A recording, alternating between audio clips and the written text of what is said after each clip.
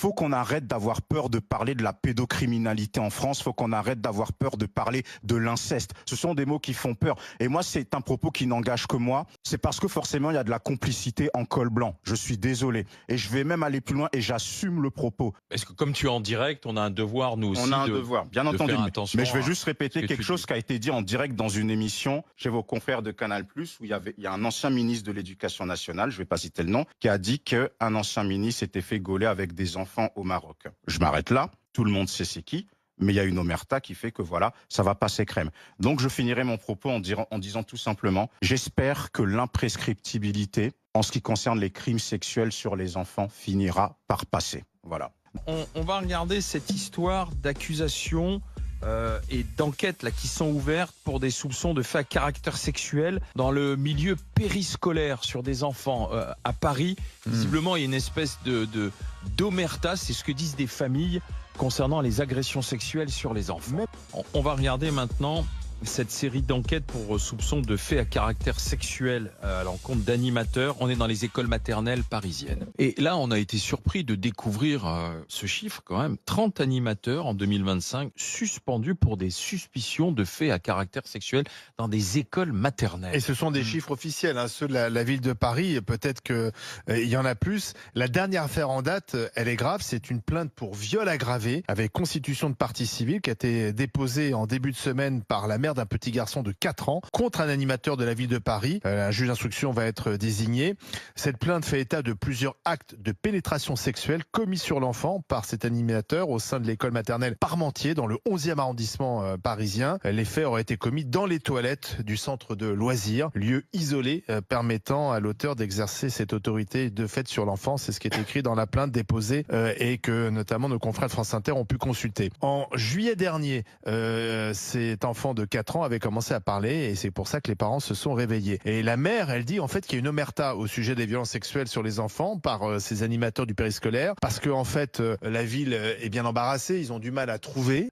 Vous savez, les temps scolaires à Paris sont un peu différents du reste de la France. C'était les temps scolaires de Vincent Peillon du temps de François Hollande, c'est-à-dire on finit l'école plus tôt l'après-midi et derrière on a des activités culturelles, sportives. Donc il faut des animateurs. Ces animateurs, on les trouve pas. On embauche un peu n'importe qui et malheureusement ça aboutit à ça. Et sans véritable vérification sur des antécédents psychologiques, psychiatriques ou à caractère pédopornographique. Donc on met nos enfants face à des prédateurs. Il n'y a pas de vérification Non, il n'y en a pas. Et okay. au premier check-up qui a eu lieu, c'était pas dans le cadre du périscolaire, il y a près de 1400 personnes qui ont été gaulées d'un coup, quoi. Ah ouais, donc c'est énorme. Et moi, je remercie les grandes gueules de permettre que l'on puisse parler de ce sujet de la pédocriminalité qui fait peur à chaque fois, je ne sais pas pourquoi, qui enferme des enfants dans une prison à vie, qui enferme des parents. Je veux juste rappeler encore des chiffres, toutes les 3 minutes en France, un enfant est violé ou agressé sexuellement. Donc c'est vrai qu'il y a une omerta sur ça, parce que l'enfant, le temps qu'il puisse réaliser, parce qu'il est très jeune, il ne sait pas si c'est vrai ou pas. Moi, j'ai eu un cas, si vous me permettez que je vais donner, ça s'est pas passé en Île-de-France, mais pareil dans le périscolaire, où un enfant a été pénétré malheureusement. Et comment la mère a fini par déceler ça, c'est qu'il avait plus envie que d'habitude d'aller à la selle, en fait. Elle comprenait pas et c'était un moment où il finissait par se vider. C'était même de l'eau qui sortait. Pardon, j'essaie de rester le plus poli possible. Et lorsqu'elle a posé la question, mais qu'est-ce qui t'arrive? C'est pas normal. L'enfant a commencé à parler en disant qu'il a peur parce que l'éducateur lui a dit que s'il révélait le secret, sa maman n'allait pas être contente et tout. Elle a fini par découvrir quelque chose de macabre. Et c'est extrêmement compliqué, même quand tu es parent, ensuite de faire toutes les démarches pour aller porter plainte.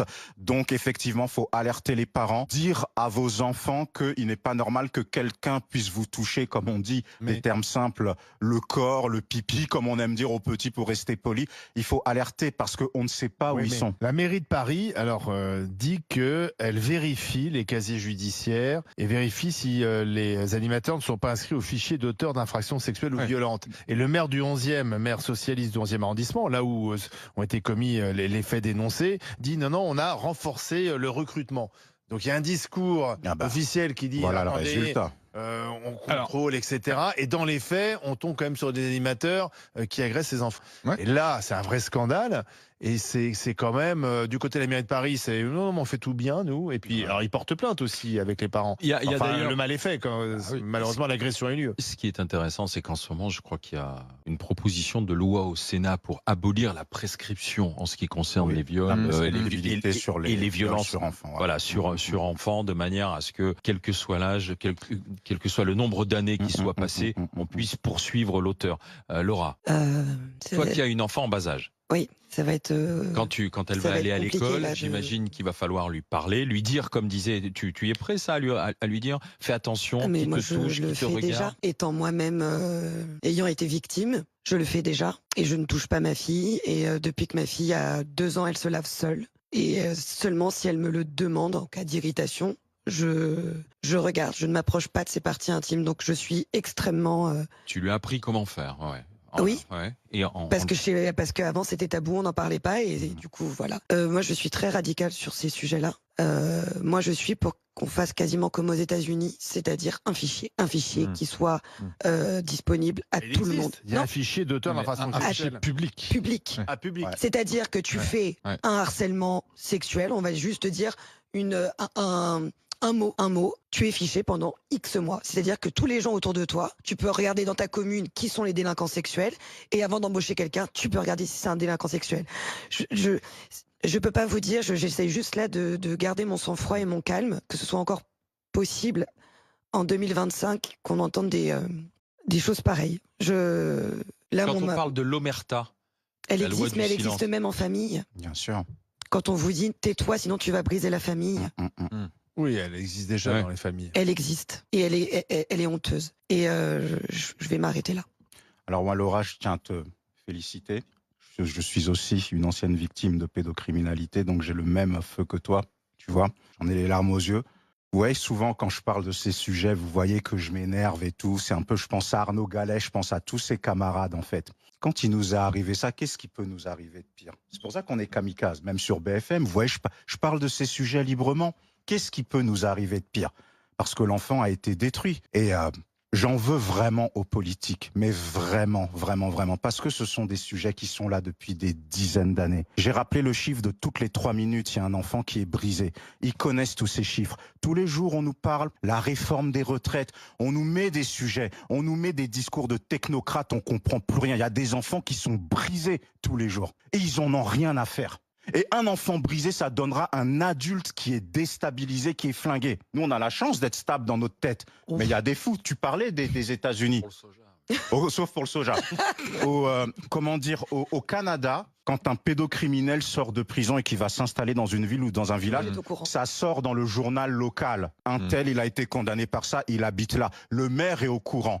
Ici, quand le maire veut avoir le fichier, voilà, que ce soit... Il ne l'a pas. Il ne l'a pas. Ou alors on te dit, ah non, c'est d'extrême droite, tu vas stigmatiser. Non, on doit savoir. On doit savoir. La dernière fois, on a parlé de ce sujet. J'ai rappelé le jeune qui s'était suicidé parce que son agresseur sexuel était sorti de prison et était revenu s'installer proche. Voilà, exactement. Le jeune s'est suicidé. Donc au bout d'un moment, mesdames et messieurs les politiques et les médias aussi, moi je remercie les grandes gueules. Il faut qu'on arrête d'avoir peur de parler de la pédocriminalité en France. Il faut qu'on arrête d'avoir peur de parler de l'inceste. Ce sont des mots qui font peur. Et moi, c'est un propos qui n'engage que moi. C'est parce que forcément, il y a de la complicité en col blanc. Je suis désolé. Et je vais même aller plus loin et j'assume le propos. C'est un propos d'Abel Bowie. Attention. Je vais faire attention, je ne vais pas citer de nom, rien du tout. Non, sûr. Oui, vas-y. Voilà. Est-ce que comme tu es en direct, on a un devoir, nous aussi, on a un devoir, bien entendu. Mais je vais juste répéter quelque chose qui a été dit en direct dans une émission chez vos confrères de Canal+, où il y a un ancien ministre de l'Éducation nationale, je ne vais pas citer le nom, qui a dit qu'un ancien ministre s'était fait gauler avec des enfants au Maroc. Bon, je m'arrête là, tout le monde sait c'est qui, mais il y a une omerta qui fait que voilà, ça va passer crème. Donc je finirai mon propos en disant tout simplement, j'espère que l'imprescriptibilité, en ce qui concerne les crimes sexuels sur les enfants, finira par passer. Voilà. Déjà que tous ceux qui sont en charge des services d'enfance puissent avoir les armes pour lutter, parce que le prédateur... Et le prédateur, bien évidemment, il va revenir vers les clubs, vers les associations, vers les écoles, parce qu'il va venir vers ses proies. Donc c'est important à ce moment-là qu'on puisse mettre en place toutes ces barrières et toutes ces précautions. Il faut aussi légitimer les victimes, parce qu'il y a encore beaucoup de gens, quand on ose, moi je sais que moi je n'ai plus de problème avec ça. J'ose en parler, j'ose le dire. Et c'est passé par la foi. J'en ai parlé beaucoup avec mon abbé, qui me dit de pardonner. Et c'est comme ça que j'arrive à passer au-dessus. Sauf que maintenant, quand une femme en parle, quand un homme en parle, quand n'importe qui en parle, il y a des gens qui trouvent encore le moyen de vous dire ouin, ouin, ouin, encore elle se fait passer pour la victime. Voilà, c'est-à-dire que c'est une omerta totale. Je ne comprends pas, je n'arrive même pas à l'entendre, à l'imaginer. Moi, je vais vous donner un exemple. Ma maman, quand j'étais petite fille, j'ai voulu, comme tout le monde, au bout d'un moment, aller à l'école toute seule comme une grande. On habitait pas loin de l'école, où elle allait acheter le pain avec mes petits sous. Et ma mère, elle a son médecin en disant, je n'arrive pas à lâcher ma fille. Je n'y arrive pas. J'ai trop peur qu'il lui arrive quelque chose. Le médecin, notre médecin de famille, encadrait des délinquants sexuels ou des prédateurs sexuels pour essayer de les canaliser, un peu comme les alcooliques anonymes. Il lui a dit, Madame Martinez, votre fille en côtoie tous les jours. Je sais où ils sont. Elle les côtoie tous les jours. Ce n'est pas normal. Tant qu'on ne les mettra pas en marge de la société, quand on continuera de se taire, tant qu'on mettra un voile, c'est ce que je me tue à dire, c'est pour tous les sujets, pour la drogue, pour le narcotrafic, pour les violences faites aux femmes, pour les violences faites aux enfants, pour les discriminations raciales, pour les discriminations religieuses. Tant qu'on ne mettra pas des mots qui font mal sur les problèmes, on ne pourra pas lutter contre. Oui, il y a de la pédocriminalité. Oui, elle est entretenue par certains services de l'État. Oui, elle est tue pour ne pas faire de bruit. Exactement. Oui, oui, oui et oui. Oui, la première arme de guerre, c'est le viol. Oui. Et donc, tant qu'on continuera de légitimer des actes comme ça, moi, je ne comprends pas que Shein ait encore le droit d'être présent sur le territoire et que les patrons de la boutique, enfin de l'entreprise française qui ont fait ces putains de poupées en forme de gamine ne soient pas en tôle. Ce n'est pas normal. C'est honteux.